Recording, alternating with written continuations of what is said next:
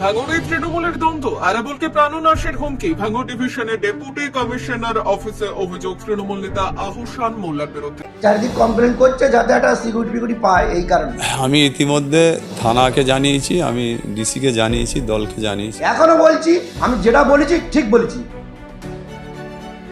গত 30শে সেপ্টেম্বর সোমবার ভাঙড় 1 নম্বর ব্লকের তৃণমূলের দলীয় কার্যালয় থেকে শওকত মোল্লা ঘনিষ্ঠ তৃণমূল নেতা আহসান মোল্লা প্রকাশ্যে আরাবুল ইসলামকে খালে চুবিয়ে মারার হুমকি দেয় এবং আহসান মোল্লা প্রকাশ্যে ক্যামেরার সামনে বলে আরাবুল ইসলামকে ভাঙড়ের খালে চুবিয়ে মারব, এমনই হুমকি দিতে দেখা যায় আহসান মোল্লাকে।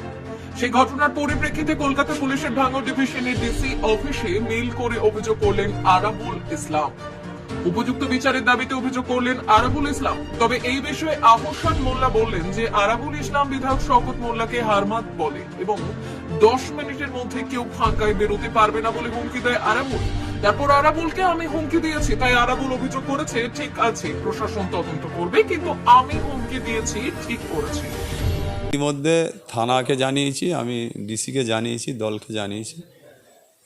দল যা ব্যবস্থা নেবে আমরা তাইতেই খুশি। কেন এই ব্যাপারটা নিয়ে প্রায় একটা মানে সামান্য ব্যাপার, আহসান যে ওখানে থাকে একটা খাস জায়গার উপরে থাকে, আর বিভিন্ন জায়গাতে লোক ডেকে এনে মিডিয়া করছে, নিজে মিডিয়া করছে।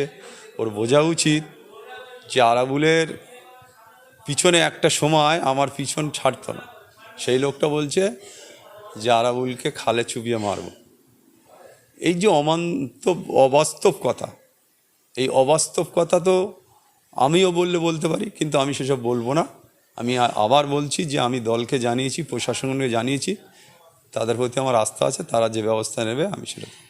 এখনও পর্যন্ত আমি কোনো খবর পাইনি, আমরা লিখিত জানিয়েছি, তো আর 2-1 দিনের মধ্যে নিশ্চয়ই খবর পাবো কী ব্যবস্থা নিচ্ছে বা না নিচ্ছে।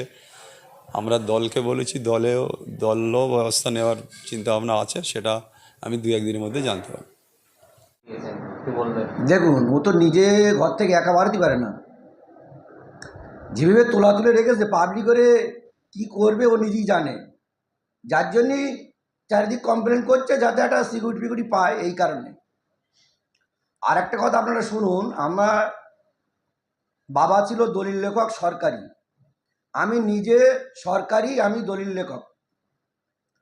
আমার বলছে খায় জায়গার উপরে বাড়ি করে আছে, আমার কেনা পৈতৃক সম্পত্তি না, আমার কেনা সম্পত্তি, তার উপরে কিনে আমি সেটা রেকর্ড করেছি, তার প্রুফ আমার কাছে আছে।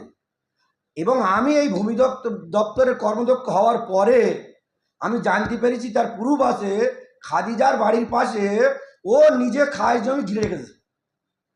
ওটা তোলাবাজ, ধান্দাবাজ, ধাপ্পাবাজ, চিটিংবাজ। আর ও যে আমাদের বিধায়ক শওকত সাহেবের নামে যে হারমাত বলেছে, তিনি একজন রাজ্যের সাধারণ সম্পাদক, দিদিমণি এবং অভিষেক ব্যানার্জি এখানে তাকে অবজার্ভ করে পাঠিয়েছে, তাকে হারমাত বলছে। আমি যেটা আগামী দিন ওর বিরুদ্ধে বলেছি, এখনো বলছি, আমি যেটা বলেছি ঠিক বলেছি। ওই হুমকি দিয়েছে বলে তো তার পাল্টা কাউন্টার দিয়েছি। উনি বলছে 10 মিনিটেই ফাঁকা করে দেবো সব। ওরে বাবা রে বাবা, কত বড় জমিদার ও! নিজের এলাকায় বাস করে, সাবুজি বাস করে, পলিহাটির নজরে খুঁজে বেড়াচ্ছে। তাহলে আপনি যেটা হুমকি দিয়েছেন সেটা ঠিক? একদম রাইট করেছি। আপনার বিরুদ্ধে যে অভিযোগ হয়েছে সেটা আইন আছে, পুলিশ আছে, তদন্ত করে দেখবে, আইনত যেটা হবে সেটা হবে।